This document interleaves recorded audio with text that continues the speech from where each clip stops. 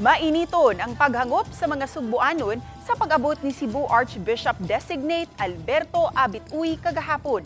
Ang mga eksena sa iyang pag-abot gitutukan ni Fem Ridumabo. Sa pantalan pa lang, madasigo ng mga tao nga nagpaabot sa pagdunggo sa gisakyang fast track ni Cebu Archbishop Designate Alberto C. Uy uban sa delegasyon sa Diocese of Tagbilaran gikan sa lalawigan sa Bohol. Gitagbo siya ni Arsobispo si Palma, kaparian, religious group, government o private sectors. Gilaran siya og awit, gisugat og sinulogdan sa San Diego Dance Troupe. Sa motorkada, daghan ang gaatang ni Uy kilid sa karsada nga miabiba sa iyang pag-abot sa Sugbo. Ilang giwarawara og giisa ang dala nilang buwak ug bandirita sa pag-agi ni Uy. Mas daghan pang parokyano nga gaatang sa Archbishop's residence.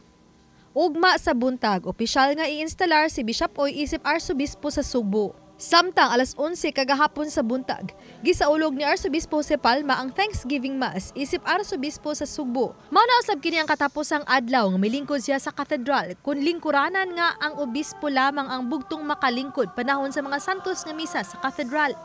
Mapasalamaton si Palma sa kaparian, kamadrihan o sa mga lay organizations and movements nga mo'y haligi og instrumento nga nahimong malampuso ng dagkong mga kalihukan nga gipaygayon dinhi sa Sugbo.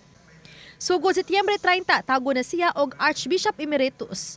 Apan magpabilin ang iyang pag-abag sa Archdiocese of Cebu, isip Resident Bishop. I had a long homily. It is my way of thanking the whole entire Church of Cebu for what I thought is a wonderful experience on my part. Unworthy as I am, I know that it is God's grace. I'm just around. I'm just a few minutes away from the Bishop's house. I have good companions and I know if I want to meet people, all I do is accept invitations. Samtang mapasalamaton usab ang mga laiko nga matud pa na empowered sila ug mas na-encourage ni Bishop Palma diha sa ilang pagpangalagad. Kana bitaw yung pag-ila bitaw sa mga laiko bitaw sa Sugbo nga yaming gi-organize unya kanang tagaan gyud minyag importansya.